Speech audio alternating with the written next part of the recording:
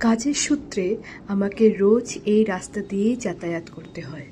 এই জায়গাটা এত সুন্দর, তাই ভাবলাম তোমাদেরকেও একটু দেখাই।